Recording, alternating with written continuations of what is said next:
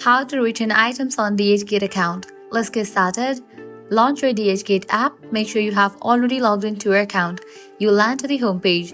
Now at the bottom, you're gonna find different options. Navigate to the option of account. Once you're in the account page, here you'll find different sections. Head over to the section of orders. Click on view all. Now over here, you're gonna find all of your orders. First things first, DHgate allows return within a specific time frame for specific products. You need to initiate the return process within 7 days of receiving your order.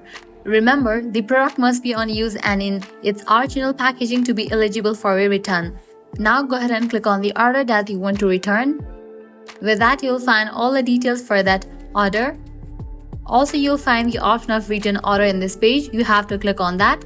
Then you will be brought to a new page. Here, select the reason for the return, such as item not as described. Then choose the full refund option and select submit. After submitting, you will see a message saying you have submitted a proposal awaiting seller's agreement.